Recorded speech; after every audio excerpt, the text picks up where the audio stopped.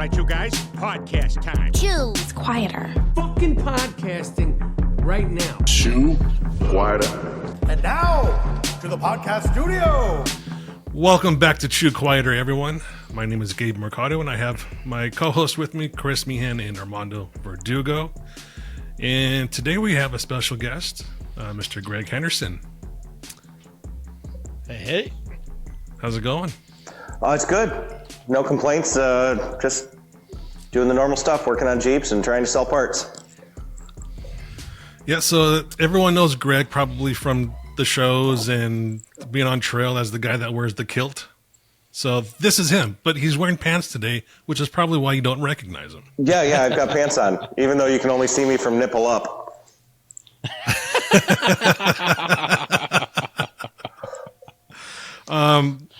For people that have watched Kingdom Crawl, Greg was also the guy that had his brand new Roxor at Windrock with us. Oh, and I got sand. 2. I got sand deeply embedded inside of my veg, and had to let somebody else drive for a minute.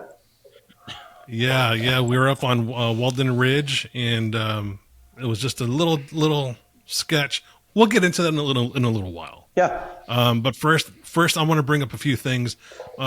Got to give a shout out to our sponsors and say hi to them. LiftItForLess.com is your one-stop online marketplace for top quality parts and accessories for your Jeep, Bronco, or truck. Carrying many great brands like Rock Crawler Suspension, Savvy Offroad, and Rigid Industries, and many, many more. Also, our new sponsor, Rub One, revolutionizing the way you wash and protect your Jeep, truck, and side-by-side. Easy-to-use products designed to give your ride that perfect finish, whether you're hitting the streets or the trails. With optional low-pressure or high-pressure foam cannons, Rub One has you covered. Get yours now at rub-one.com. Wow, you took all the freaking SEO out of that. Nice. I'm going to buy it just because of the name. But that's It's the whole exactly point. why you have to buy it. That's the whole point. Honey, I'm just going to go outside and rub one out, so I'll be back in the bed an hour. What do you mean an hour? It takes you 10 seconds. Just had to have a good name. Yes. So back to what happened out at Walden's Ridge. I have a little clip of it if you want to see it, if you want to have a quick flashback. Sure. Yeah, let's do it. Okay. I'm not moving until you tell me to. Want me to need a bag? I want to get level.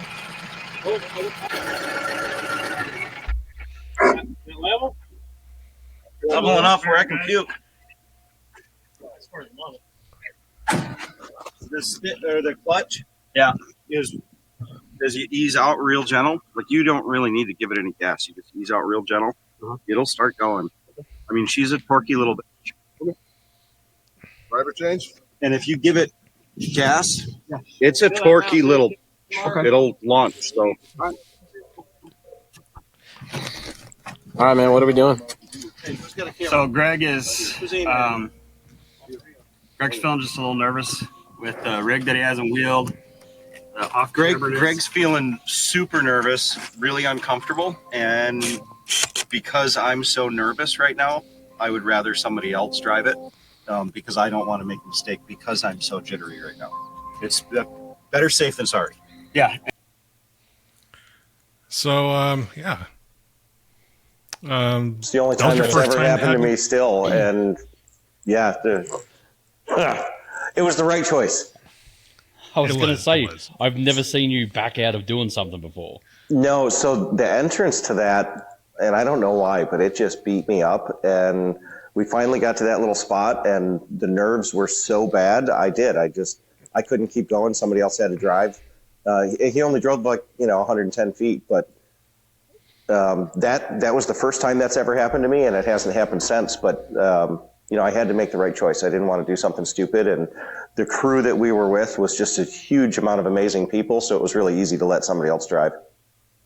Yeah, I've had an experience. I wasn't with you on that trail, but did you really throw up, or was that just a sensation that you had? No, it was a sensation I had. I didn't actually throw up. Okay. Yeah. I say that'd be the second time I've heard of someone throwing up from just fear of being on a trail like that. The first time I heard of it was someone on Blackberry Pass. Yeah, and the worst part, best part, we went back and did that again, and it didn't bother me at all. you know, and I've been on lots of trails. I've been on trails with very, very well-known people within our industry who own big shops who had the same problem, and I was the trail guide, and I had to drive their car off. You know, it happens to anybody, and it happens to the best of us, and it happens to the worst of us. So, you know, the best thing in the world is to always make the smart choice and do what's best for everybody around you and yourself. Mm-hmm. Yeah, I was filming an event, and going back to Black Bear Pass, it happened to quite a few drivers.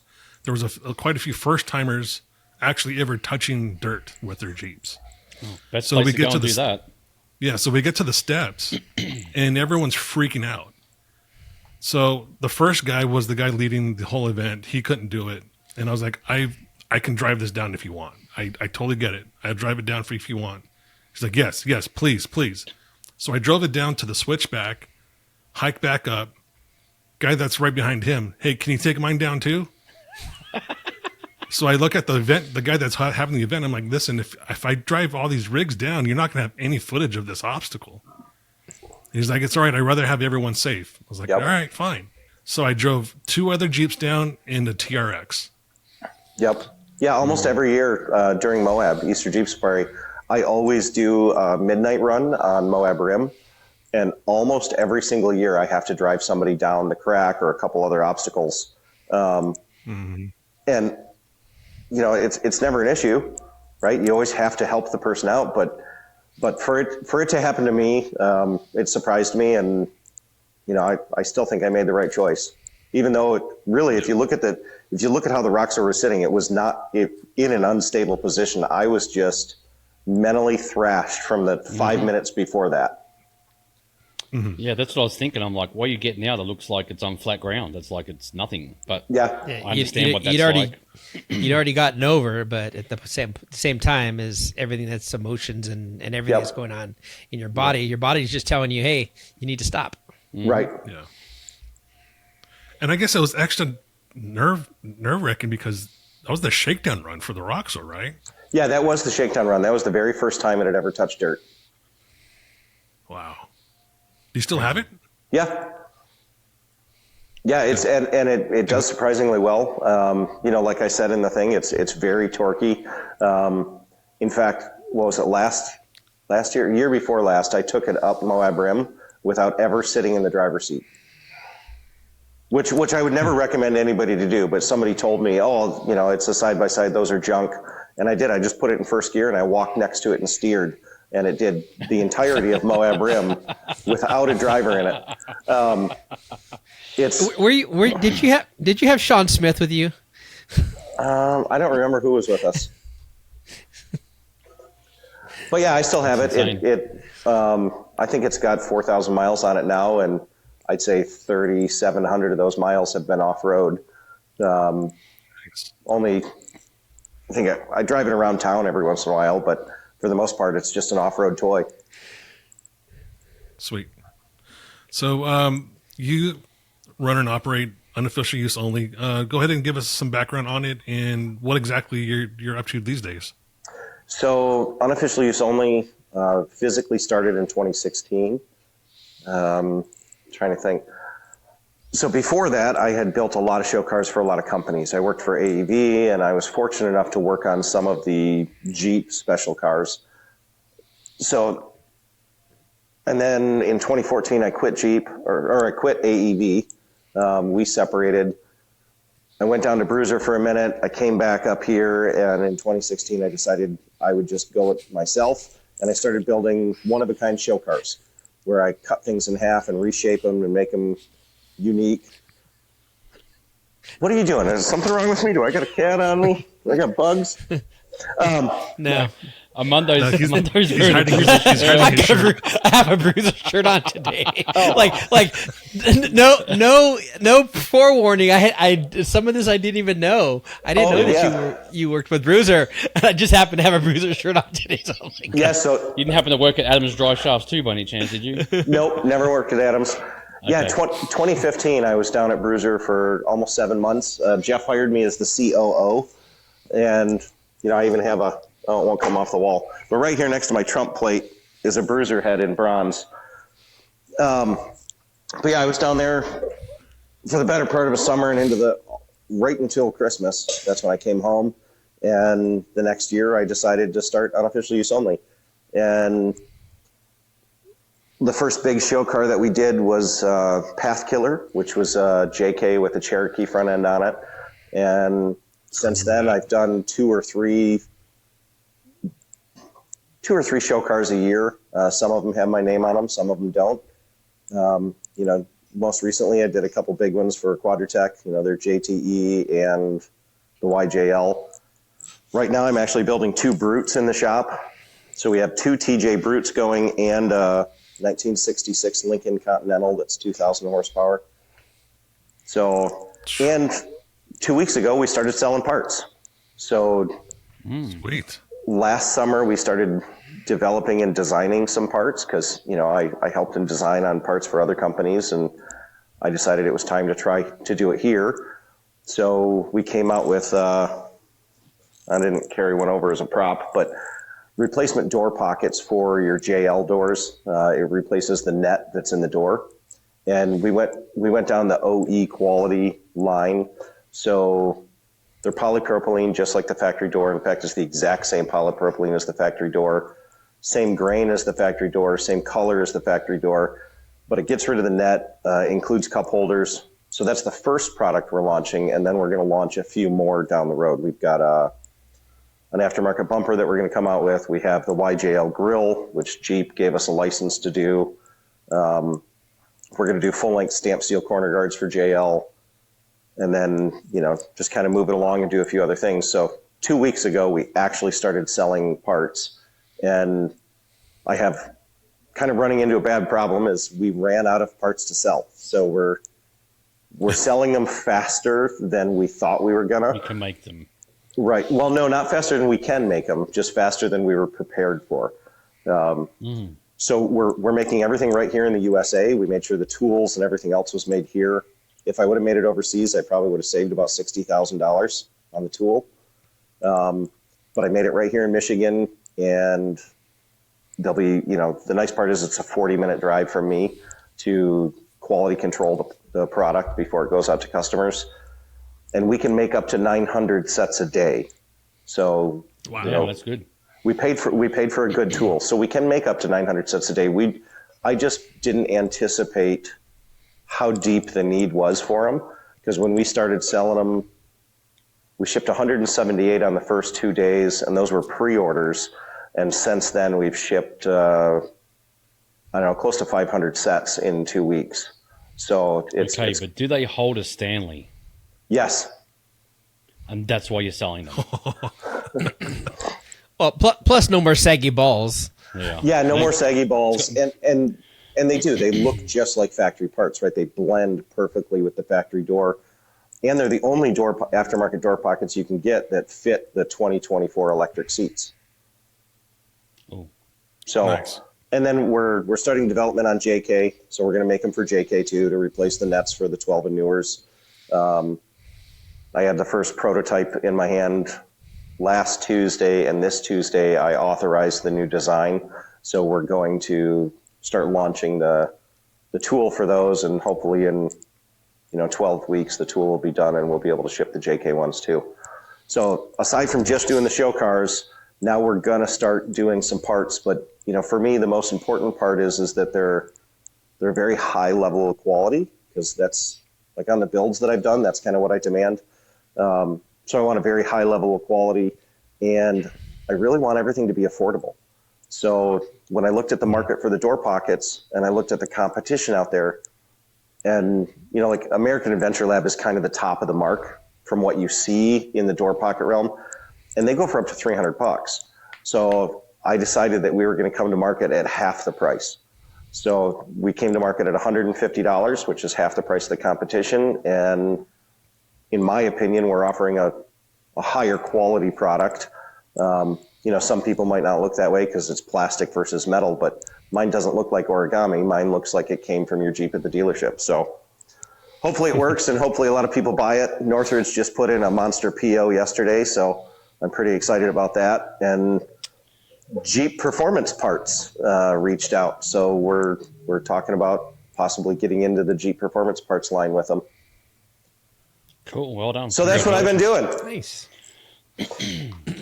So that kind of brings up my next question. Last week we talked, and I asked you if you thought there was any lack of innovation in the Jeep industry, and you kind of had a different take on it. You said that it's very debatable depending on the type of market that we're looking at. So Yep. I guess my question is the innovation these days geared more towards expensive builds or racing, or is there still some sort of innovation left over for the average consumer? I really think that it does swing both ways, kind of like what I told you yesterday, and just like Chris. Sorry, I had to throw that dig in and nobody got it. But yeah, it does swing both ways. No. So I've been in the industry now professionally since 2007. So that's when I professionally started in this industry. And every year there is some sort of minor innovation. You know, there's things that get better. The big giant leaps we might not see as often as we used to, because the technology of what we have today is really pretty good. You know, as far as like really innovative products, you know, you can look at a few companies and see guys that made a huge splash. AEV was definitely one of them. You know, in 2007 when they came out, and that's where I cut my teeth. That's where I first worked. They were the only company stamping steel bumpers and stamping steel hoods and doing things to that level. And they still keep doing that today. And same with suspension. You know, if you remember back in 2008, 2009, when AEV came out with their suspension, it was kind of a best of both worlds. It could go rock crawling all day. It could pull the same RTI score as the same year's Terraflex long arm. But since then, look at what's happened to suspension. Lots of other companies followed suit, right? Everybody else started coming out with dual rate and triple rate springs. Other people started really caring about shock valving. Instead of giving you the stuff just off the shelf, everybody had to gang up and get better to be able to compete with what AEV was doing at the time. And now we see, you know, suspensions out there that are worlds above what we could have had 10 years ago. You've got Terraflex, who makes a product, you know, back in 2005, 2006, we called them Terrible Flex. And now they make just this amazing stuff. Same thing with Rock Crawler, right? Look at Jeremy, and every year he strives to make better and better and better components. So we definitely see, at least I see, a huge amount of improvement over normal things, but we still don't see the big swing. Like 2007, AEV was stamping steel parts. They're still the only company that does it. I mean, nobody else is stamping bumpers and stamping hoods and stamping because it's not cost effective. Same thing like my door pockets. I could have come out with something like American Adventure Lab or Deviate or any of the other ones and just taken a flat plate of aluminum or steel and cut some moly panels into it and brake bent it, and it made it look like origami. But I decided to go a different route. You know, I could have put $2,000 into engineering and come out with those parts. Instead, we put $140,000 into a tool just thinking that it might sell.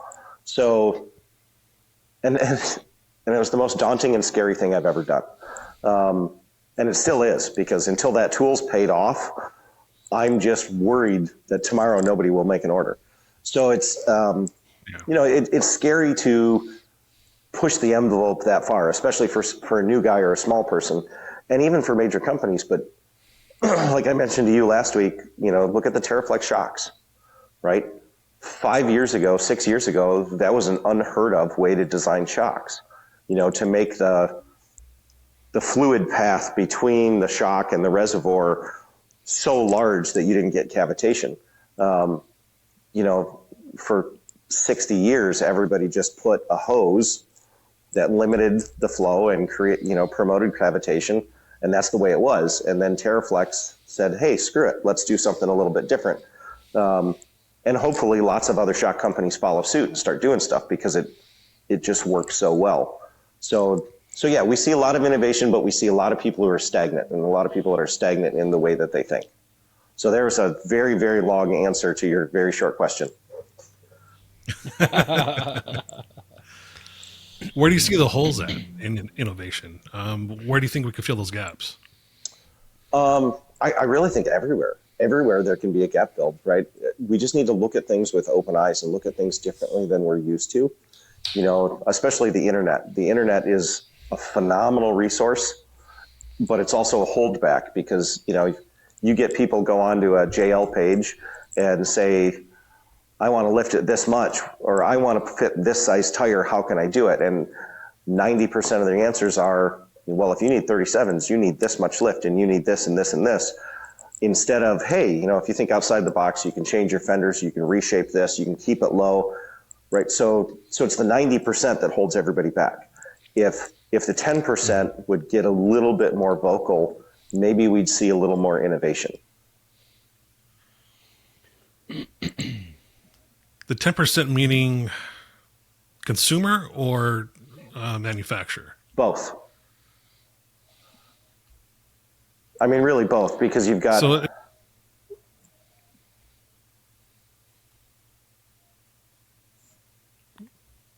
I lose you?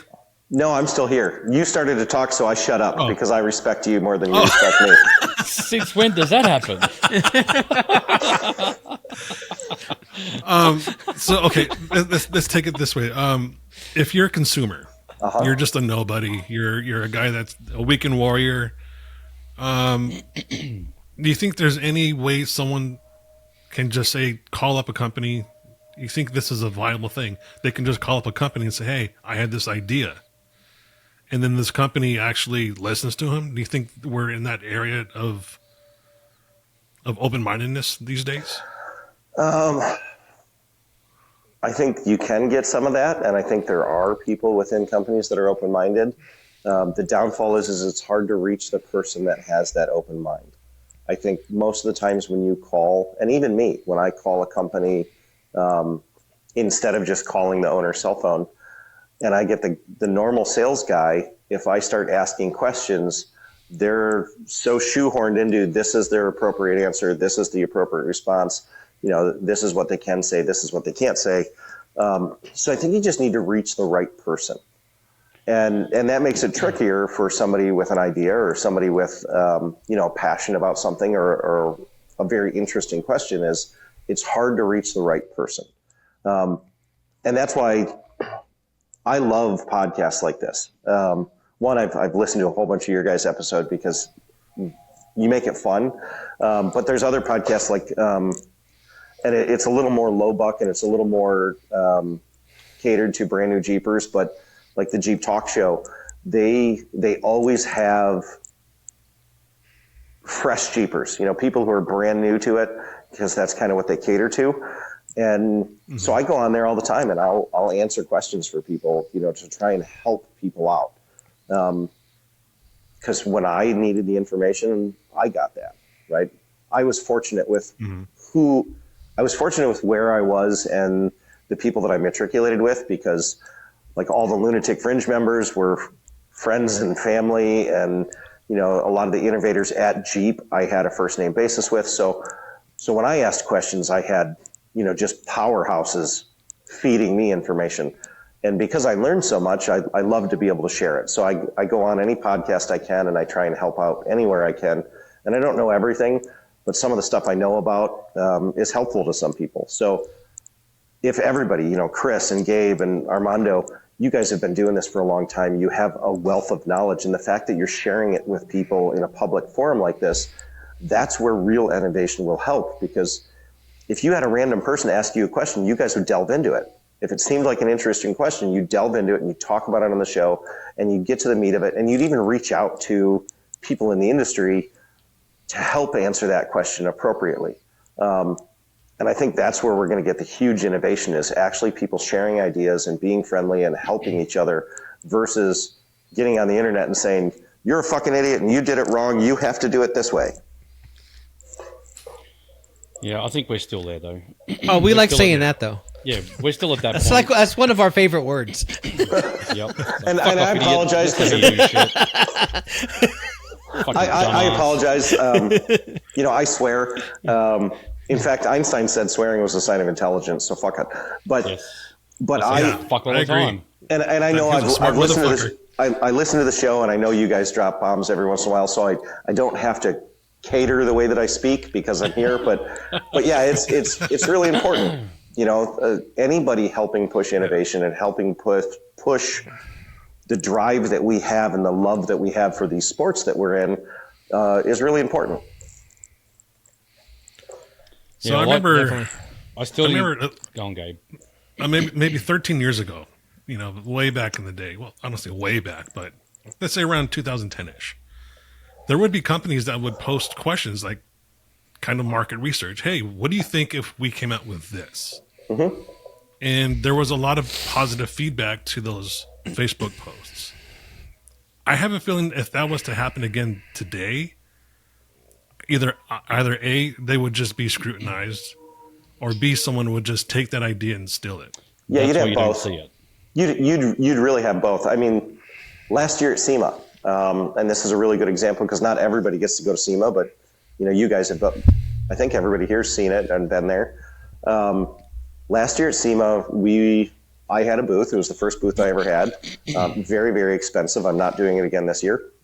And we launched the new door pockets. We showed the prototypes. And in my booth, I want to say it was Wednesday morning, I wasn't quite to the booth yet. Or no, I was at the booth, but I had gone outside to smoke because I'm a filthy smoker.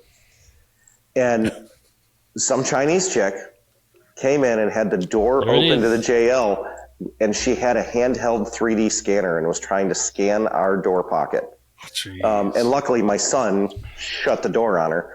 And then it was like 2 or 3 hours later, Kevin from Rockslide Engineering, his wife actually pulled a girl out from underneath their display vehicle where she was taking pictures of their new step. So yeah. How is this still happening at SEMA when you go back to shit? I was there, I think over 10 years ago. Mm-hmm. I was there. It was when Larry sold Poison Spider. I was at that SEMA that he sold Poison Spider. And that was the biggest year when all the Chinese came in with cardboard cutouts making templates. That was 16. Of all the armor. Yep. And SEMA said, we are not allowing that anymore. We're going to have security. We're going to stop them from coming in after hours. This was after hours. Yeah. That they were doing this. Yeah, and they had, I remember it because Onyx Ada, it was Dave Logan and the guys at Onyx Ada, or Onyx Ada, or however you say it. Mm-hmm. They actually had some knockoff, like direct knockoff of their proprietary stuff. And SEMA kicked that group out. And even back even further, like 2009, AEV, one of the owners of AEV, who has apparently just massive balls, he went into the Chinese section and there was a knockoff of the AEV front bumper, and he ripped it off of their display and carried it out and threw it in the same thing. He walked outside, carried it out, threw it in the dumpster, and then waited to get in trouble from SEMA. Luckily, he didn't get in trouble. But yeah, I mean, people knock stuff off. But I look at it too, right? Somebody was trying to 3D scan my prototype that was on a Jeep.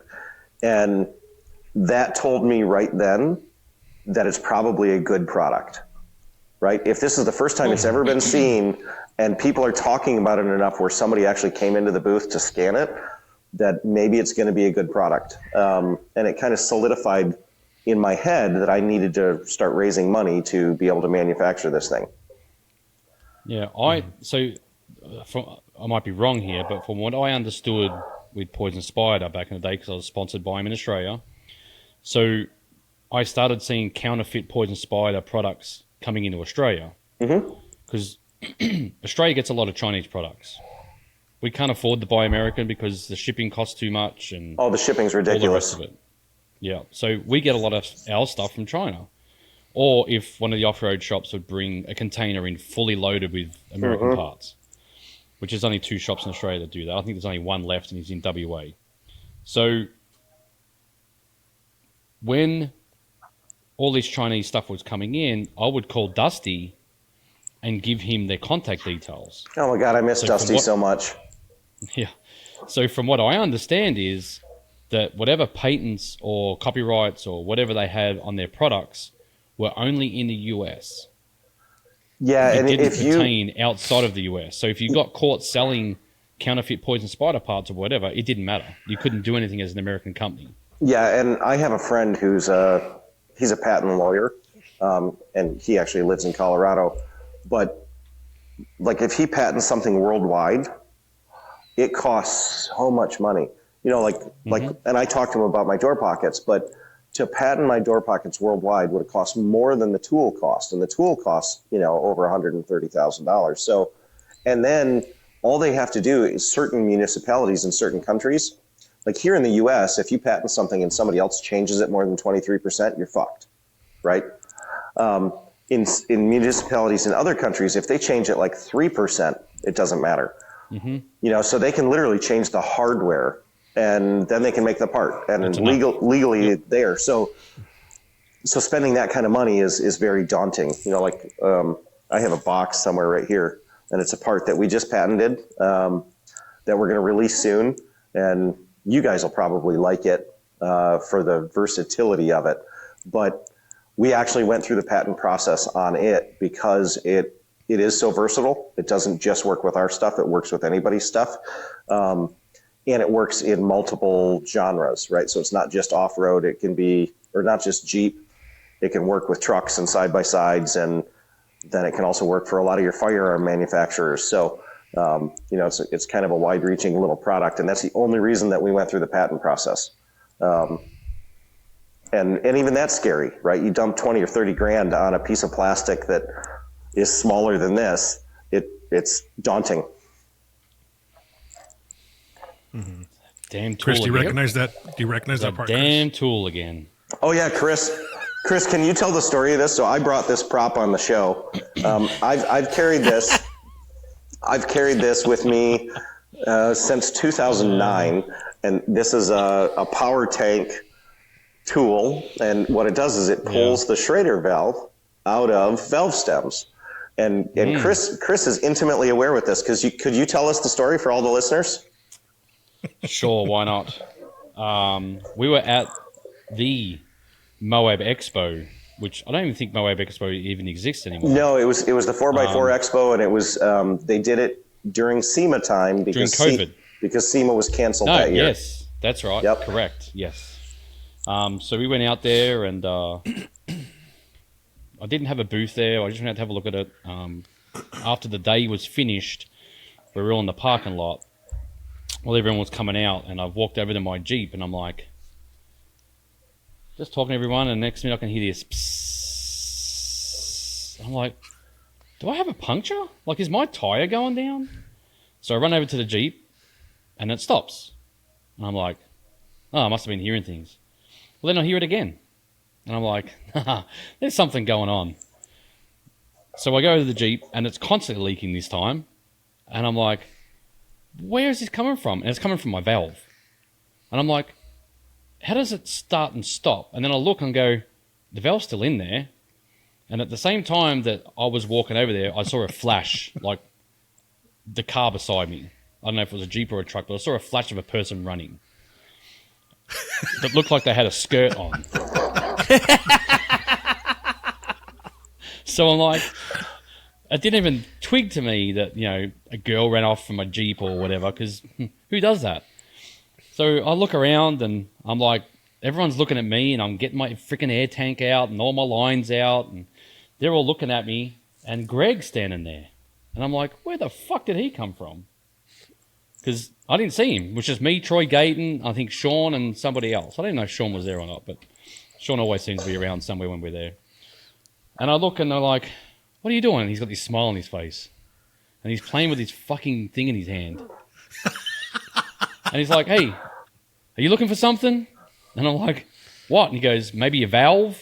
I'm like, what do I need a valve for? And he goes, because I undid your valves, like you didn't see me loosen your valve off and run off. And then when you turned back around, I came back and pulled the fucker out. That damn fucking tool. It's the first time I've seen it. It's the first time I've seen it since 2019. 2020? 2020. I think it was 2020. 2020. Was, Yep. Yep. So it's been 4 years. Damn PTSD. If I walk out tomorrow and I've got a flat tire on my Jeep, you're going to get a phone call. Oh yeah. So anybody and everybody listening, if you know where Chris parks his Jeep, pull his valve cores out and put them on his windshield. Yeah. No. Yeah. If No, his we coworkers just are didn't- listening. We just need to call Justine. She'll Because take care. my air tanks aren't full anymore. Because here in Huntsville, you can't fill them up anywhere. It sounds like they need a machine out there to fill them up. Yeah, but you know what? I'd have to market so hard for that machine to actually pay itself off because no one here understands or has a power tank. Every welding supply shop can fill them, or the beverage containers, the ones that fill the beverage containers for fountain drinks. That's what it is. Mm-hmm. So they can fill them. No, not here. No, it's not the Wild West down here, buddy. You can call Power Tank and actually just get the machine, and you could do it in house. You could be the one-stop shop to sell those. Yeah. Do you know how much that is? Do you know how much it is to set that up? Yes, I do. Is that $15,000 for that machine? It's $50,000. 50? Something like that, yes. And then you got to go through all the safety bullshit. Yeah. Fire marshal, this, that, insurance, a fire retardant system in the roof. No, it is a fire retardant system. No, Or it is a fire retardant system. CO2 actually puts fire out.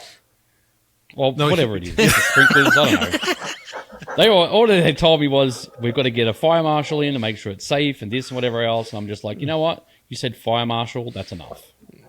yeah. Because I like it. I use it that much, I was going to get one for the house. To make $40 a fill up. Yeah. Yes. That sounds like a freaking bargain. But then I found a good place in St. George when I was living. It was $10 a bottle. Yeah, we've got a scuba supply shop up the road, and the scuba supply shop charges $11 for a 10-pound and I think $14 for a 15-pound. So that's where I go. Mm-hmm. Yeah. Sounds like a good deal. So, Greg, I got one more question for you before we get into a few more other things. Yeah. How many times a day when you're out wheeling at, let's say the last time you were at EJS, and you're wearing your kilt, how many times are you asked, are you wearing anything under there? I think in the grand scope, in the grand scheme of a day, I'd say it's at least once an hour. And I'll be one of those people. Every time I see him, I'm like, dude, you wearing anything under there? Well, and the typical appropriate answer is if you're wearing anything underneath it, then it's a skirt. So, a real Scottish gentleman wears it without anything underneath. Yes. So you're literally freezing your nuts off during EJS when it's cold. Surprisingly, no. You're wearing, so it depends. It's wool. There's sport kilts, which are very lightweight and very wimpy, but a real kilt is wool. So if you know it's going to be cold out, you put on a wool one. And I mean, honestly, it's like wearing a comforter. So you're just warm all the time. But there's no such thing as swamp ass or chafing or sweaty balls. It just does not exist when they're just breathing. Yep. Has your son bought one yet? Nope, he refuses. Really? Yep. Good for him. Only needs to be one of you. Well, and for him, I understand it because he's 6'6" now, and if he were wearing a kilt, every girl he'd be that was looking under. Oh yeah, yeah. Walking under the undercarriage. Oh, look at that. hey, you need to get your oil changed. Yeah, somebody tries to run I her think face you're and just gets leaking. paintbrushed. Hey, look at that. The carpet really does match the drapes. That's why every time I go wheeling with Greg, I'll make sure that I'm in front. So when he gets out, I don't see anything because the door's in the way. Ma'am, cross your legs. You never see anything. So the length of the kilt should be just past the knee, and then pretty much in any configuration, there's enough weight in the wool where it keeps it draped, and you don't see it unless you're showing. And it's so small that nobody can see it, right? There's the obvious joke. Right. There's the obvious joke that comes in. Yeah, you got to realize. You can't see past the hair. No, you got to realize I'm hung like planet Pluto. It's hard to see with the naked eye. Yeah. So let's get into some off-roading news. Just the other day, it sounds like Hoonigan is making some business moves. Just curious what your take is on that. I honestly haven't read any of it. I've been so busy I've seen that the internet is alive with it, but I don't know what's going on. So I can't give you my take unless you tell me what's going on. Armando, you're pretty well versed in that off the top of your head. Can you just fill us in? Or should I bring it up? Yeah, so the Hoonigan brand, which is essentially what Wheel Pros has renamed themselves with this influx of PE money, and they own a number of brands that we all know, KMC, Terraflex, as well as the Trans-American brand that they bought from Polaris when Polaris ran it to the ground and got it for pennies on the dollar. All of the brands that subsequently Trans-American owns, Rubicon Express, ProComp, Poison Spider, and Smittybilt, and a few others. So, and on top of that, there's a number of other companies that I didn't even realize they own that are in part of that portfolio that is huge. It's not even in the off-road industry. Yeah, not even off-road stuff. It's just motorsport stuff overall. There's probably 20 brands, 30 brands that are in that portfolio. So they've been doing this acquisition. COVID time, they started going crazy with buying up everything. Well, everything kind of shrunk on the vine. So now they're going through Chapter 11 bankruptcy. They're selling off the Full Wheel Parts brand to ORW. So I got a quick question. Does that mean that Larry might be able to buy Poison Spider back? Because that would be awesome. Well, here's where this is at though. So where this gets weird is they're putting some assets in bankruptcy. They've sold off other assets to ORW, which ORW is now owned by ARB. Okay. So ARB is a large portion of what ORW is in creating these companies, which now they own Nacho Lighting and a couple other companies that they're picking up. So ORW, Greg Adler left and bought into ORW and has been building that up with properties that the Adler Foundation has owned that Full Wheel Parts has been leasing back to them, and then said no renewing your lease. So there's some locations where they used to be Full Wheel Parts stores, lease ran out, now they're ORWs. It was like one day Full Wheel Parts was gone, the next day ORW signed in and everything was filled up there. It's like that. So this is a full circle with the Adlers, with Greg Adler and that group. But he's got ARB, which is considerable funding behind it. Plus the ORW money isn't probably anything to sneeze at. So there's a lot going on with that. And in that, Poison Spider goes to ARB. So does ARB decide to use it as a way to get an armor line into their portfolio? Or do they try to look and load it? And does Larry have any interest? I don't know. I don't. Well, Larry made some posts. I think Larry's done. Well, he made some posts a couple months ago that he was interested in trying to get it back. So that's why I asked that. It would have to be for the right money. Yeah, it would have to be for the right money, because it's nothing. Right now it's a name. That's all it is a name. Right now, yeah, it's absolutely nothing. You know, it got burned into the ground. 90% of the new Jeep owners don't even know what it is. So it's all us old gray-haired people that know what it is. But, the respect that we have for Clifton Slay, who started it, and Larry, who turned it into a monster powerhouse. If it came back under the same tutelage, that would be pretty amazing. It would be pretty cool. It would be cool.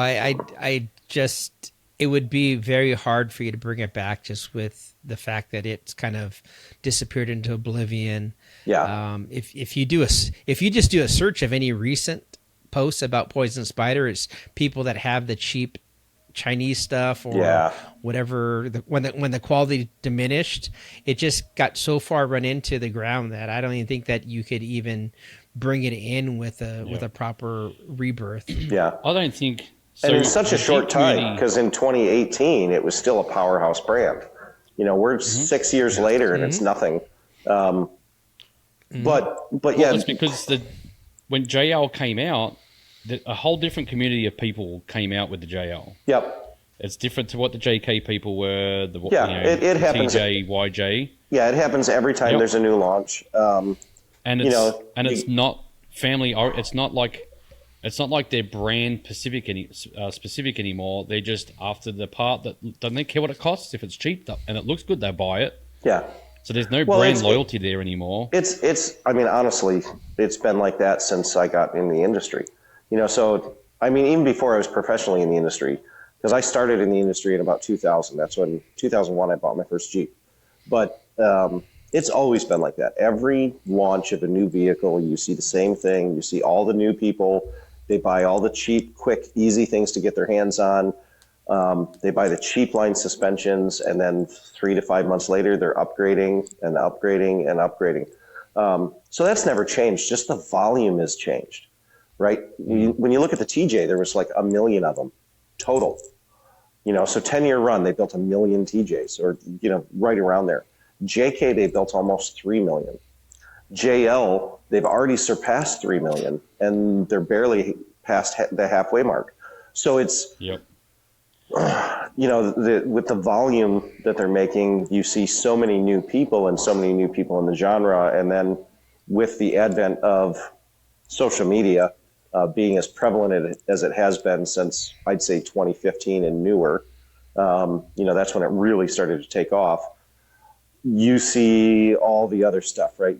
We get all the they're not buckle bunnies, but the Jeep thoughts that post scantily clad pictures and try and get free parts, and then you get the other people who build YouTube channels based on wearing clothes that is inappropriate and showing off their bits, and they get huge, right? I hate to say it, but I'm trying to be mildly calm about how I say it, but it's just it's degrading the brand. It's degrading what we do. When they don't have anything intellectual to say, it doesn't help, and especially when they have so many viewers. Right. But the tried and true and the core guys, I mean, guys like the three of you who are passionate about off-road and passionate about the off-road industry and Jeeping in general, you'll continue to share the legacy and teach some of the younger people and teach some of the, what it's really about. So as long as we always have those core people that are helping and doing the right thing, I think in general it moves in the right direction. But because of the volume, it's harder to get that. You almost need a larger volume of good people. The problem is the good people don't show their tits and ass and make OnlyFans and wear spandex, so it makes it harder. Like we've gone into the dark. Yeah. Right. Yeah. So I'll just state the obvious. This is all Scott Bloom's fault. It is always Scott's fault. Yeah, always. I'm in Michigan, and we all know it's Scott's fault. Look, I just missed all the big parties we used to have. Oh, there was always good parties, yeah. I come right on I was so looking forward to coming to the States and doing Jeep shows and going to the after parties and all that kind of stuff. I got a year. Like the very last year I got here was like the last of the big parties. Well, we stopped it because you started showing up. I'm like, God damn it. Even Grandpa's stopped having parties, right? Yeah, well, no, there's stuff still happens at Grandpa's, but it's not as big as it was. So not the full week of every day. All day. And Danny was definitely very worried about COVID. So he really scaled back, and he was really nervous about the amount of people because of the COVID vaccine, or not the vaccine, but because of COVID. So he the head right there. so he slowed down a lot. But that used to be, for anybody who was here back then, and Chris got a year of it, but Danny's was kind of and that's Grandpa's, right? But Grandpa's was kind of the golf course of this industry, right? You had a couple shindigs that would happen during SEMA, but the real golf course happened during the week at EJS, and it was usually at Grandpa's or a couple of the other things. And then a lot of the lesser known companies at the time started doing things all over town, right? They'd have something at the Sunset Grill, which gives you the shits, and they'd have something at Zach's, and they'd have, and they That'll give you the shits. right. Sex would give you the shits. What are you talking about? Everywhere's going to give you the shit. Right. But instead of doing, that core group only at Grandpa's, with Mopar and with Dynatrack and with, all the heads of the industry at the time, instead of doing it that, now everybody's doing it all over town, which also pulled away from Danny's. Because he's such a good dude. Like, if you really got to know him. So the reason he started was really cool. And the reason that he got so involved, he was always a Jeeper. And he had this pretty well outfit garage. And he left his garage open to anybody, right? So it didn't matter who you were. It didn't matter if you were in the industry, if you weren't in the industry. If you were in Moab and you were out on a trail and you broke down, you could beg, borrow, or pull your vehicle to Danny's, and he would let you use his fully equipped garage with all of his tools and all of his fluids and everything else to repair your shit. So you repair your shit, and his only rule was when you left it better than you found it. So if you used 1 bottle of oil, replace it with 2. If the floor was dirty, scrub it clean. And that's how Danny got so involved in the off-road industry, is just having such a kind heart and helping people. And then it snowballed into what a lot of us got to experience when, you'd show up on Tuesday night and the owner of every important company was there, and the TV personalities were there, and Mopar and all the show cars and Jeep was there. And it all stemmed just because he was a helpful guy, and he would bend over backwards to help you. So yeah, it just goes to show what this industry's good at is, if you're a good person, if you help other people, you'll get rewarded. And he got rewarded for a lot of years, right? Just because he was a good dude. Yep. Sorry, I went off on another tangent. No, that's fine. No, it's good. It's good. It's a good synopsis of what Danny has done. We've been there with EJS, and friends' rigs broke down and needing something. We pull into Danny's, and he's out there, and if you need to find something, he's like, oh, let me see if I got one. And he'll grab it, and you just go to the auto parts store, and if it doesn't show up till the next day, just take it back. Yep. So it's just that idea of what that is. And back then when that started, there wasn't a real shop in Moab that was really doing any work. No, well, you had Steve Nance. Anything. You had Steve Nance doing his thing. Steve was down there, but he was so busy. Oh yeah. That week of Moab that there was really no place for you to go. Yep. Yeah. And Rory didn't come along until 2015. No, and Rory didn't come along. Rory just moved his shop, so he went to Chris. So Chris gave Rory his old shop, or is leasing it to him. So now he's at the far south end of town. Do you remember where all the school buses were? Like when you were going towards BFE, there was the school buses on your left. Well, that was Chris's place, Chris Bruner. And Chris Bruner is a badass, but he did the same thing. You could use his shop. He had tools. He had a hoist. He had all the goodies. But that's where Rory's place is now. So Rory moved to Chris's place, and Chris evacuated. He has another little shop that he's got kind of set up. But Chris Bruner is very not known as much as most people should, because he's the same type of dude, right? He'll bend over backwards. He's actually one of the guys that started Area BFE, like when it very first started. Mm-hmm. I don't believe I've met him. Yes, Chris. He used to drive around in a Defender 90. Yep, and he's got the boom truck, which is like an old power wagon that's 6-wheel drive, and it's got booms on it that have speakers. But he's a really good dude. He actually used to be one of the trail guides for Marlboro back in the early 90s. Because Marlboro used to do tours in Moab. They had their whole fleet of Marlboro Jeeps. Okay. I did not know that. Yep. Speaking of tour guys, is Dan Mick still out there doing his thing? Yes, Dan is still out there. Yep, Dan's still out there. His son's taking over for. Yeah, it, I think Richard does the vast majority of it, but Dan's still kicking. He's doing a lot of it. Yep. Yeah, Dan's still in there. Ray Carter, his father-in-law, works for Dan doing tours too. Really? Yeah. He lives in Moab. That's where I was staying for. Ray Carter the second. Yes. Ray Carter the third. Or the fourth. Third. He's the No. fourth. The third or fourth? He's no, the Ray fourth. Carter. Your Ray Carter's He's the the fourth. Yeah. So yeah, the third lieutenant. No, it's not. It's not his dad. It's his father-in-law. Oh, okay. Fuck me. Get a fucking name badge. This is how we get lost on everything. We start these stupid side freaking runs. Oh God. So we were just talking about the bankruptcy with Hoonigan, and very untastefully, Metal Cloak released a memo to the industry. Really? Yeah, and it did not get the reception I don't think they were expecting. Here it is. I don't know if you can see that. No, there's no way. I'm using a a cell phone, so I would need 8 pairs of cheaters.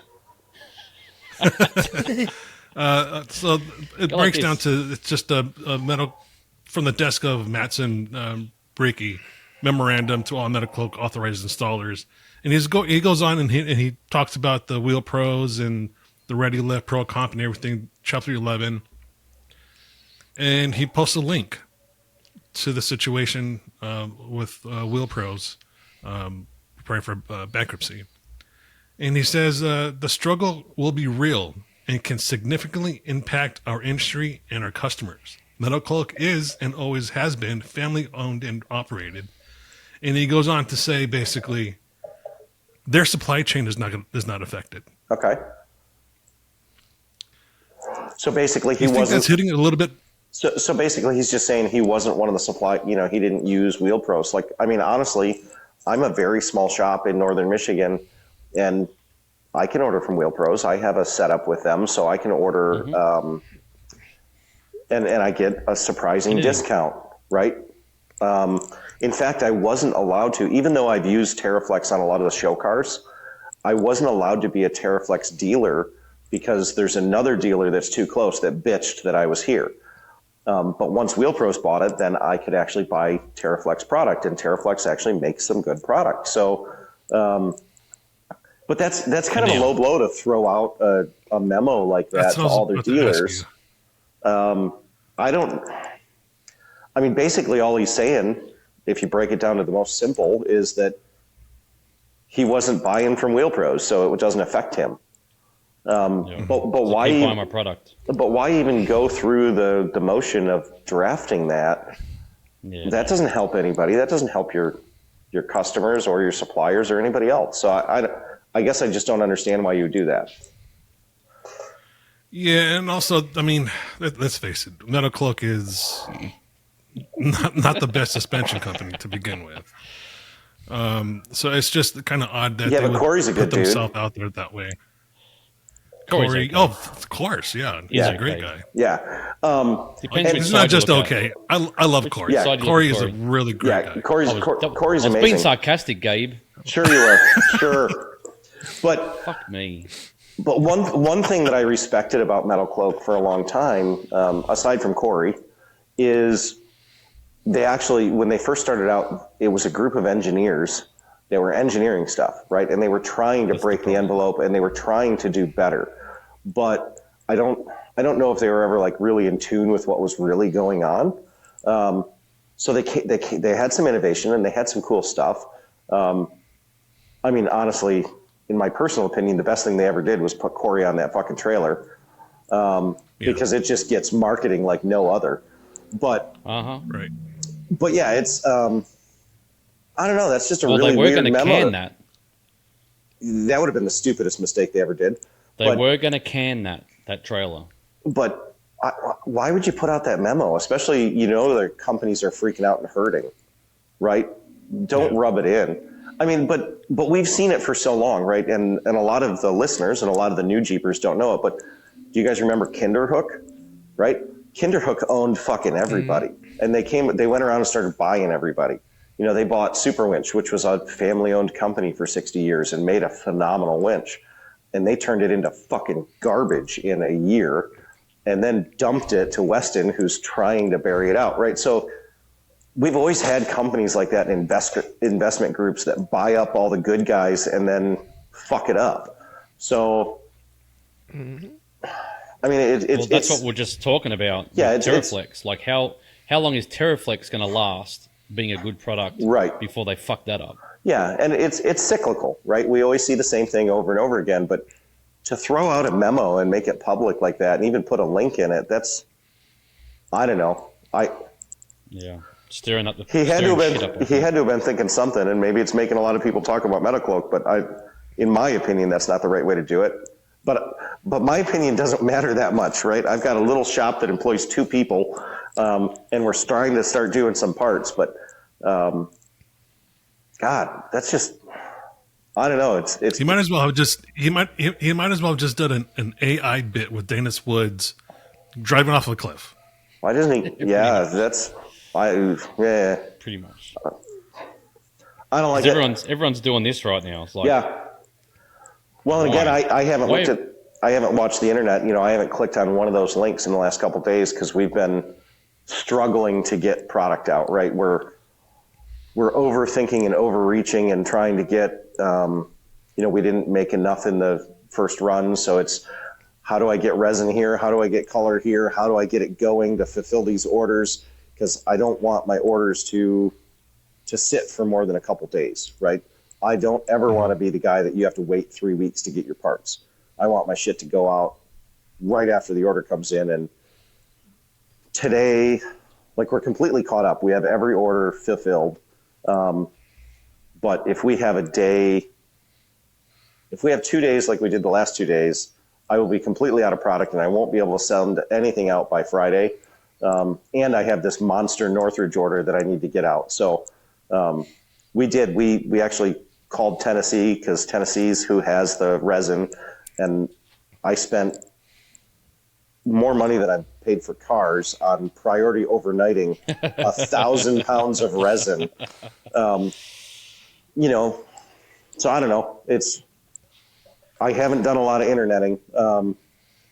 Even today, I didn't open the internet once today until 15 minutes before I was supposed to be on this.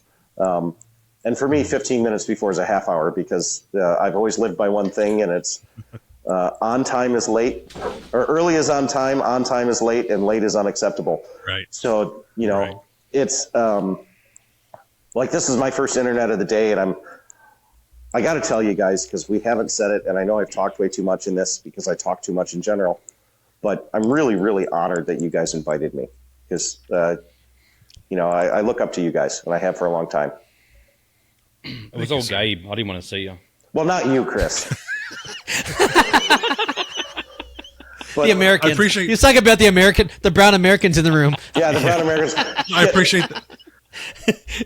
I appreciate that you're a fan of the show. So what are your 2 favorite episodes of the show? God. Now you're testing because does he really watch? I do. And I don't usually watch. I usually listen. So I'll play it in my head while I'm working. But I got to say, you guys went after somebody in the industry, and you dug up all this. You can say it. Well, yeah, you dug up all this research and you really dug into it, and that really rang a bell with me. And that particular person, I had never had a bad encounter with him personally. He had always, the one time I met him, he bent over backwards to help me. But I'd seen some of the stuff go down, and I'd heard some of the stuff go down. And, when you have 20 or 30 people saying it, you tend to lean one way, especially when it's 20 or 30 people saying the same damn thing. But that resonated a lot with me because, as you guys know, I had a traumatic incident with a shitty person who really... You actually reached out to me after that I did. Episode. But I had a traumatic incident with a shitty person who set me back years. And even I had to deal with the IRS, and I had to deal with all kinds of shit. And I've always looked up to people who aren't afraid to ruffle a feather, especially when it's spreading truth. A couple years ago, Tom Woods, and it wasn't Tom, it was just his page. It was Sean Wood. Sean Wood had a shitty customer who was doing some shitty stuff, and he outed him on the internet. And, like that night I clapped. I was so excited. And a few other people in the industry have done it, but most people try and keep their lips shut. Like even right now, I'm talking about it, and I didn't say the name of the person you outed or the person that fucked me. And we can talk about the person who fucked you if you like. Oh, yeah. Well, his name was Jeff Yerk. I even have somebody made stickers and shipped them to me that say #don't be a jerk. And I still have those stickers. And the girl who sent them to me, she's in Florida, but she sent me like 2,000 of those stickers, and we gave them out. But yeah, it's, there's always going to be shitty people, just like there's always going to be shitty companies. And for people to actually stand up for themselves and stand up for the people around them and talk about it. That was one of my favorite episodes. Like I really respected that you didn't just talk shit. You actually dug in and you learned shit and you talked to lots of people. You researched it like it was a real news story and like you were real reporters. And I really respected that. And I also really love the fact that literally almost episode somebody bashes Scott. Because I love Scott to death, but the fact that he gets bashed all the time, it's fun. It happens on the internet, but to see it here, so yeah, I dig it. Sure I'm pretty sure he asks for a pay rise every year because he gets bashed. Yeah. So it's like every time I work at Jeep, I get bashed. I need a pay rise. Yeah. Well, and he puts himself out there, right? I mean, part of his job is to answer questions on the internet, and he does it all day, every day. So he's bound to get, torn a new one. And the best, I love it when he gives a very intellectual and very smart answer, and then people rip him up because they don't know who he is. They don't know that he has the information. Like they have no clue that the information is at his fingertips. My most favorite part of the day. Yep. Yeah. You watch all the idiots come in thinking they know more than what the engineer knows. Right. Yeah. No. Not going to happen. So there was another episode you liked also. I don't know if you want to talk about that one because they don't like it when I talk about it. But if you want to, which one? Is it one of your dreams, Gabe? No, the shooting one. Oh. Well, and again, like I even delved into that a little bit but I was very careful on how I spoke because I've conditioned myself to not be negative. But oh my God, since the onset of 10 things I hate about my JL. It was just this fucking drivel of idiocy that came out of a mouth. And the only reason that 10 million people tuned in is because you could see the fucking hoo-hoo through her little shorts.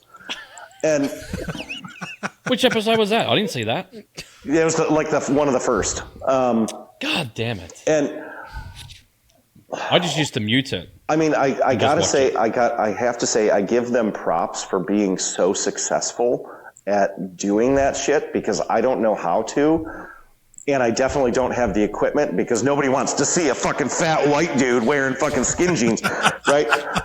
If I put in some camel toe shorts, you should do it in the kilt. Yeah, well, I would. Some kilt. What I should do is I should practice my handstands and walk around doing interviews in a handstand in my kilt because it's the same thing. And I even tried, right? And I hate to say it this way, but I actually tried. We were at a couple events in Moab, and I went out of my way to help them by getting equipment and machines to move their shit around, to help them fix stuff. And I helped a couple other times. I even pulled them out once on the trail, and they don't even know my fucking name, right? I spent all this time, and every time I walk up, I get snubbed and I get cold shoulder. And like even once at SEMA, I was in a booth. I was doing what I needed to do, right? I had 2 show cars in the booth, and this girl comes up carrying a fucking dog, even though dogs aren't allowed. And I asked, first thing, and I know this person. A couple months before, I had helped pull them out of a ditch. And I walked up and I was like, oh, can I help you? Who do you need to talk to? And she was like, oh, I need so-and-so, who was the person who had controlled the booth. And I said, oh, he'll be back in a couple minutes. And literally nose up in the air, turned around like I was a fucking peon. And I'm like, you can't treat people like that all the time because I'm generally a very nice person. But at some point it's just like, what the fuck? You're just a smudge on this industry. And like, I remember, I think, was it last year when Bill Steen and some of the other companies dropped them like a hot potato because of the OnlyFans. And then they're on their social media. Oh, well, we just didn't like those shocks. Bullshit. You got shit canned because you fucking show your butthole on the TV. Yep. So that's my opinion. Yeah. Yep. So I don't think I've ever told you this, Greg, but on episode of Crawl 5280, where I'm stuck. I don't think Gabe, you should remember this. When I broke down on the Golden Crack for 13 damn fucking hours in the cold and trying to get eaten by mountain lions while I'm going out looking for wood in the middle of fucking darkness. You were hoping for cougars. Oh, I think I know where you're going with. York was playing on the crack and didn't come over to help or anything. Yes, and I was glad he didn't come over because a certain person that I was wheeling with that day was going to kill him. Oh, I won't say any names. Because the person I was with does not like him at all because of what he did remember when he was Poison Spider? He was about to go with Poison Spider, get fully sponsored by Poison Spider. He did get fully sponsored. I covered fucking Yerk's whole goddamn Jeep with Poison Spider, and I did it for free, that fucking piece of shit. And then he'd done a backflip. Oh, yeah. He did he took it all off or did something, whatever he was, and pretty much shit in their face. So that was 17. So the spring of 17 is when Jeff started latching on. And I met him at an event that Marvin was having down in Georgia. And he was so nice and blah, blah, blah, telling me all these soldier stories. And we got along fairly well because he was really good at that. And then he asked me if I'd build his Jeep, and I'm like, yeah, I'll tweak your Jeep up a little bit for you. So he dropped it off, and he told me that he would help me with marketing because he knows that I don't computer well. And because we had some, heart to hearts about it. And I told him I didn't know shit about marketing or how to computer well. I just, somebody told me once you just know how to. Yeah. Somebody told me bust your ass and told people know your name. So that was my goal. And so, he was like this saving grace, and he could do all this marketing, and he was going to do it out of his own dime for, blah, blah, blah. And he actually asked me, he's like, well, what would you put on my Jeep? And I said, oh, well, to be honest, I'd like to call Dusty and a couple buddies, and if I can, I want to wrap it with Poison Spider, and I want to do a cool tailgate, and I want to do this extra stuff. So I built that Jeep in a short time, like repainted it, B-pillar chop, all the custom goodies, custom paint job, made the thing gorgeous. Did the tailgate, it ended up in Crawl Magazine. And when he came to pick it up, it was right before Easter Jeep Safari that year. He came to pick it up, and he had told me all these wonderful soldier stories. And I respect service people, right? I respect the police. Those people put their lives on the line for no other reason than they want to do something good. Even police, right? There's fucking dickhead police, but 90% of them are amazing human beings who put themselves out there for us. So he had told me all these stories, and I actually talked to my wife before he came, and I told her, I'm like, I'm going to not charge him for what I just did because of, the shit he went through. And the wife and I agreed. She never really liked Yerk. She told me she thought something was, shady about him, but with the stories, and he had Reggie backing him up on his stories. And so we did, there was probably a $30,000 job that we did to his Jeep, and I didn't charge him a fucking penny. And I thought I was going to get marketing out of it. So that was stage one. And then he started doing marketing. He started the Unofficial Use Only road show, and he's getting a hold of all these companies. And I remember he got a hold of one company. I was like, no, I won't work with that company, right? My name can't be on that brand. And so he didn't work with them.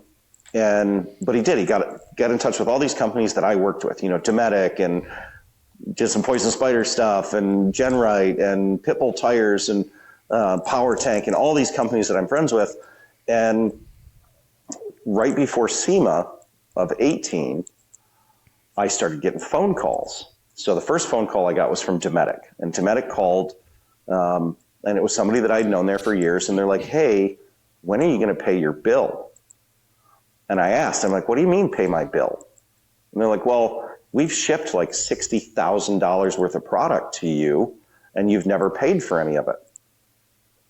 And I was like, what the fuck are you talking about? You shipped me a fridge. It's right here in my shop. So what he had done, him, Reggie, and Kate Fry, they owned a company that they had registered in Nevada called Unofficial Use Media. And what they were doing is they were using my EIN and my letterhead and my friendship with all these companies and getting them signed up to, I thought, just show off their stuff for the first year. And then the next year we were going to actually charge for marketing, and then I might make a penny. In reality, what he was doing is he was already charging all these companies.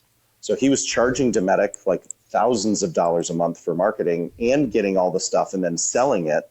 And they were using Red Clay as their go-between, so that none of the sales went through my records. And they were doing it to, God, who was it? It was Dometic, Pitbull Tires, Genrite, Power Tank, S-Pod, Tom Woods Drive Shafts, right? Genesis Batteries. So all of these companies were paying a monthly fee and sending product that he was then reselling, but he never gave the money to anybody. And it was Reggie, Yerk, and Kate Fry were the owners of that company. So, I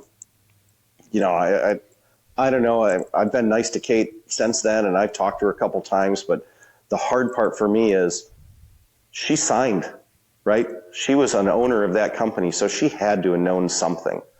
But yeah, like the IRS came after. Well, from far as I know, Kate didn't know the money side of it.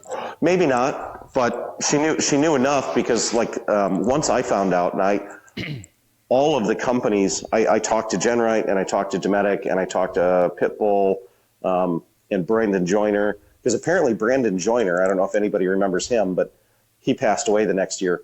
Brandon Joyner bought from Jeff Yerk 30% of Unofficial Use Only for $250,000. But Jeff didn't own any of Unofficial Use Only to sell, right? I'm still for the life of my company, I've been the only owner. I own 100%.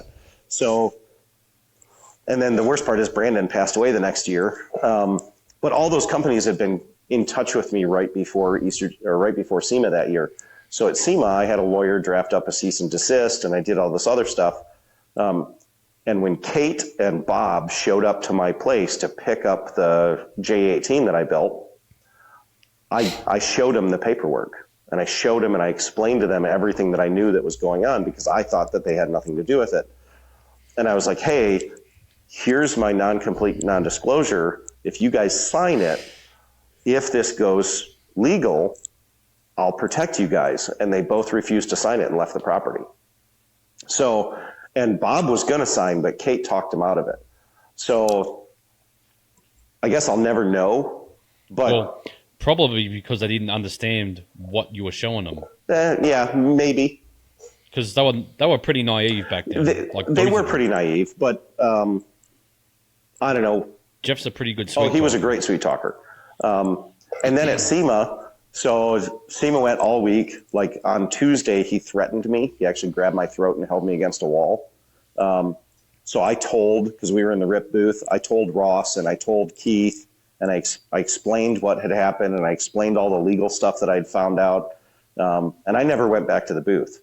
But I had told Keith that Brandon Joyner had signed over the Jeep to me, because Brandon Joyner owned that Jeep, and that I was supposed to take possession of it at the end of SEMA. So Friday, the last day of SEMA, it's about noon, and Ross comes over and wants to talk to me. So I'm talking to Ross behind a curtain, and I'm showing him all the paperwork, and I'm explaining to him everything. And then all of a sudden I get surrounded by police, and I get escorted out of the fucking building. and they searched me. They searched my car. They came back and searched my hotel room. They took my SEMA badge because Yerk apparently called the police and said that I was threatening him with a gun inside of the hall, even though I didn't have a gun and I made no such threat. But then I couldn't get back into SEMA and I couldn't confiscate the vehicle. And even the police, showing them all the legal documentation, and I'm like, look, this is the problem. They're like, well, he's a decorated soldier. We're not going to let you back in the building. So, that was the last time I ever spoke to him. That was the last time I ever saw him.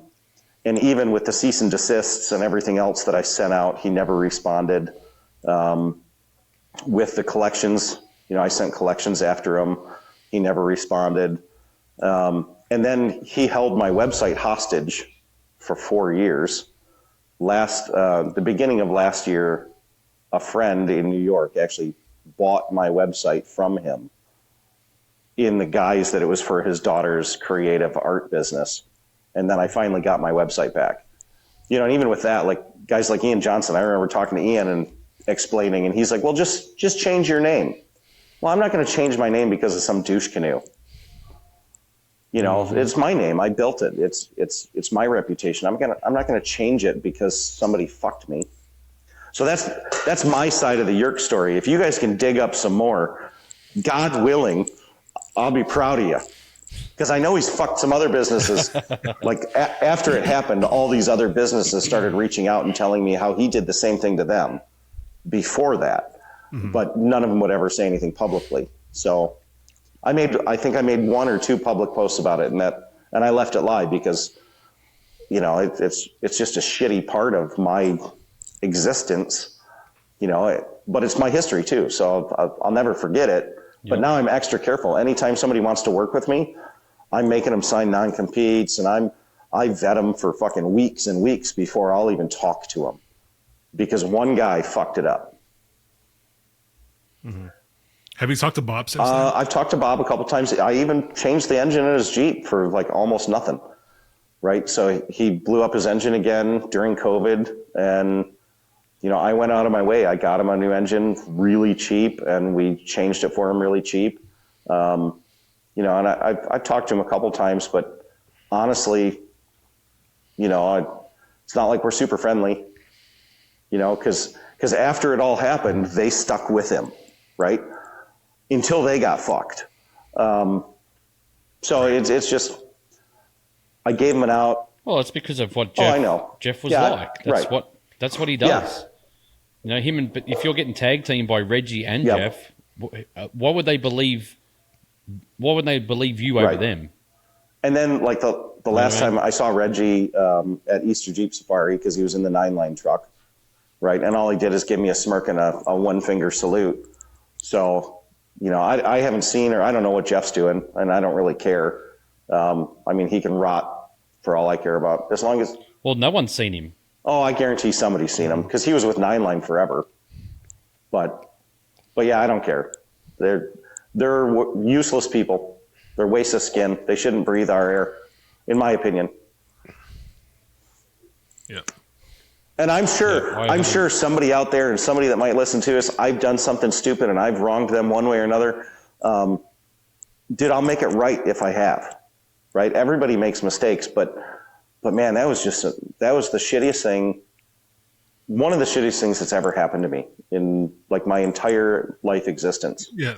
There's a difference between making a mistake and conniving someone, defrauding someone, purposely frauding someone. So, like, I'm so sorry for the people who wear spandex that I busted your chops on this show. Please don't hate me forever.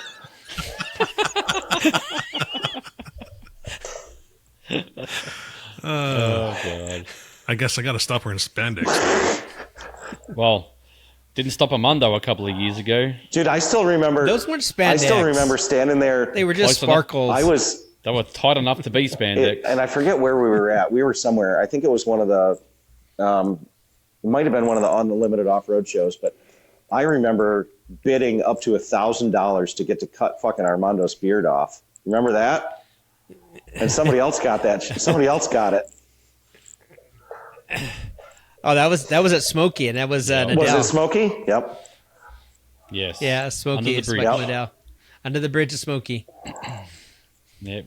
That's where he I was in remember his, that video. in his sparkly pants.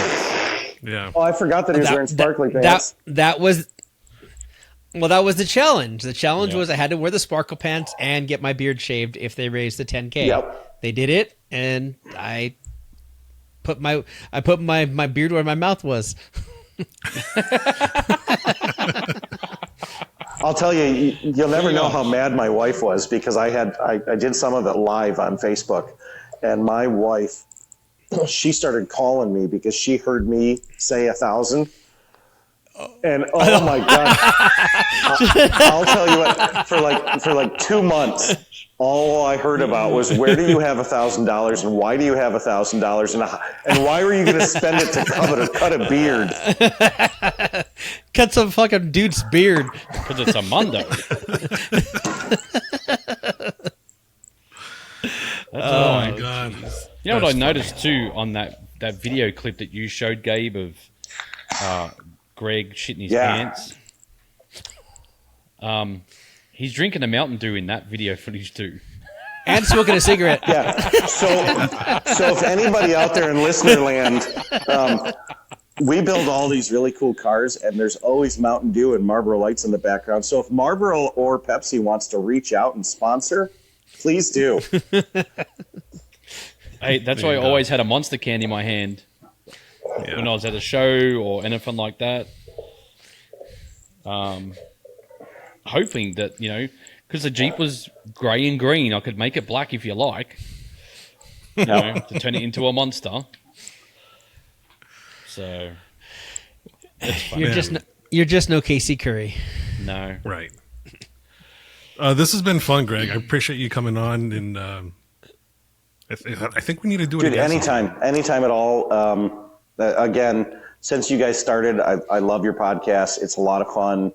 It's fun to listen to. And you talk about some real shit, back and forth. And I really, really dig that. So my door's open anytime. If you guys are ever in Michigan, you always have a place. Anywhere else, if you ever want me on your show, I'm absolutely honored to come.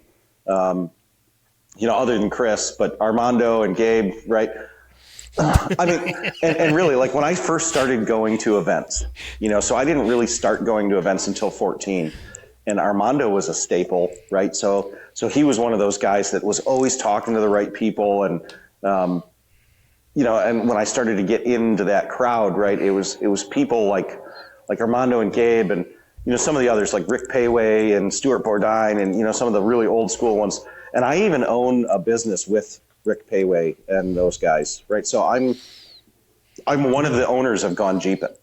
So Gone Jeepin' is, it's Rick Payway, it's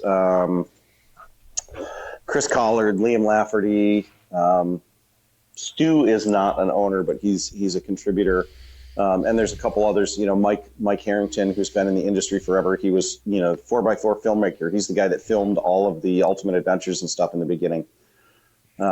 So it's cool for me to, be in that crowd. These are the guys that I looked up to when I was just reading the magazines, and now I actually own a business with them. Even though we're not profitable, it's still fun.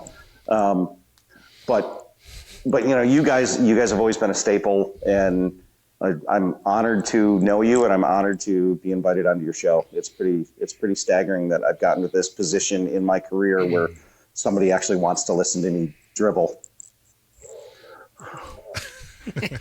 Well, we love back you, at man. you, but it's the same with me. when I was You're one of the best.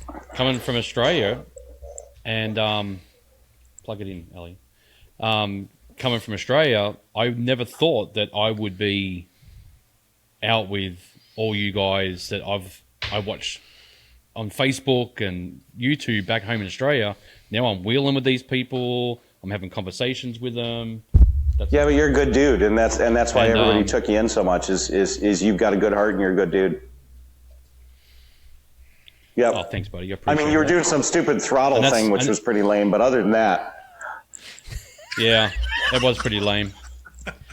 That motherfucker can go jump and find a creek and just drown in that fucking shit. I'll tell you one thing. I don't hate a lot of people, but when someone messes with my life, better hope to God I never see you again. Yep. Mm-hmm.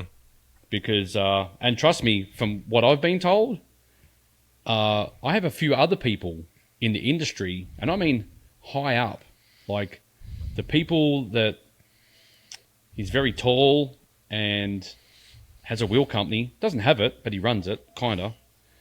He wants to rip him a new one. If he says, "Dude, I'll get to him before you get to him."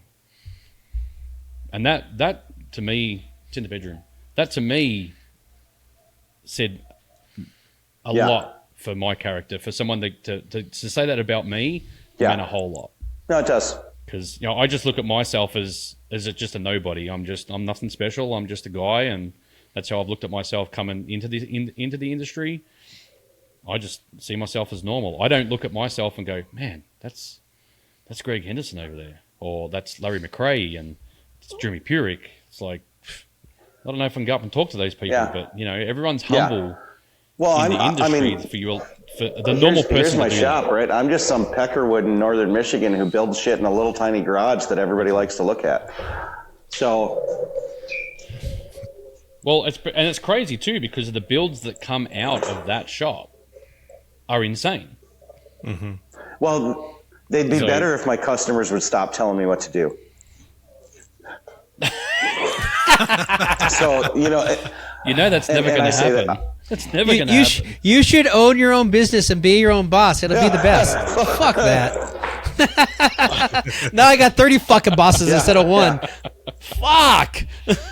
It's like I had a guy today at the shop where we're fitting an anti-rock to a Gladiator, and he's sending me all this stuff. Hey, would this work be better? Well, what if you did it this way?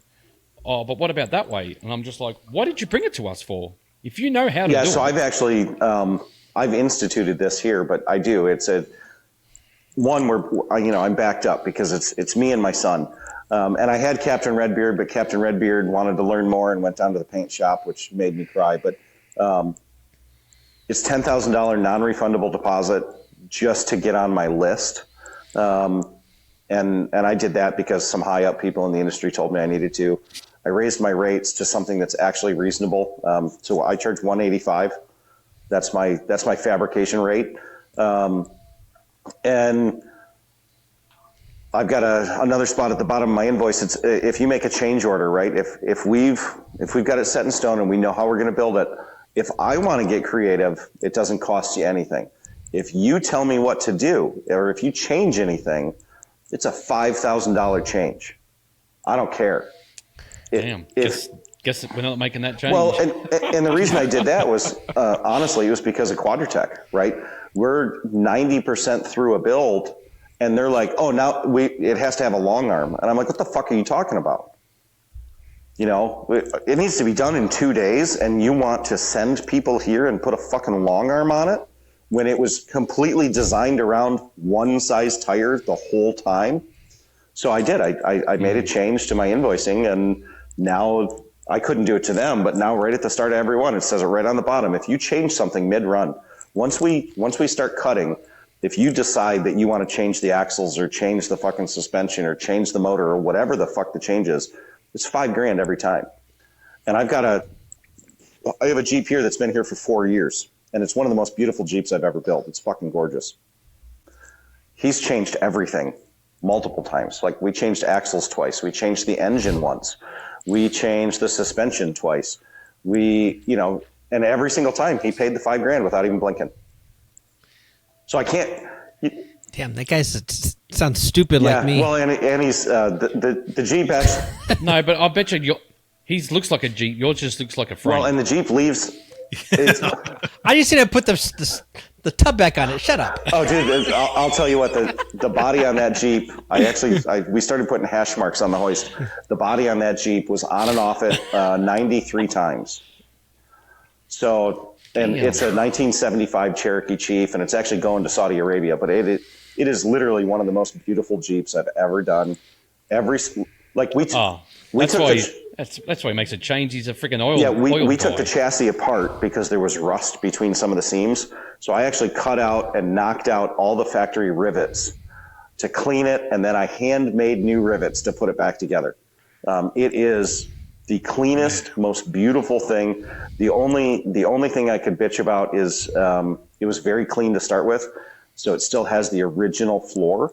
So it had that kind of like rubber floor from 1975. Wow. And in the driver's side, there's a crack about 6 inches long. And I want to change the carpet because everything else on the car is brand fucking new. But it's been done since November, and he's owed me $25,000 since November, and he hasn't picked it up yet. So I'm almost at the point where I'm going to put a mechanics lien on it because it's a $400,000 Jeep, and he owes $25,000. And the hard part is he's in Saudi Arabia, so it's real tricky to mechanics lien something that nobody owns, as far as the U.S. government's controlled. Yeah. So do you think we'll ever get to see this Jeep? There's actually a pic. I've got a couple pictures on my Instagram. It's the original green apple paint. So it's green apple with a white top. It's got a 5.7 Hemi, 727 torque plate, Atlas, doubler, Dana 60s front and rear, all handmade suspension. It's got 48 gallons of fuel. So it's got a factory fuel tank and then another one that runs along the side. And the thing is immaculate. You could eat off of any surface. But yeah, there's some pictures on my Instagram. But it's beautiful. I love it to death. In fact, I did last year, right at the end of last year, I went to an event. It was one of the Forfest events. And Jim Morrison, who was the president of Jeep at the time, actually came up and did an interview with it because he said it was the best looking Jeep there. So that was pretty cool. Sweet. Nice. Man, I can't even find it on your Instagram. It's a long way down. Yeah, and I post like once a week, so it can't be that far.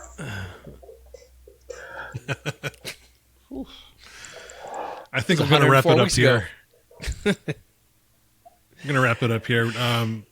We could probably go on all. Dude, anytime. I mean, just talking. Anytime at all. Get a hold of me and we'll talk about stuff.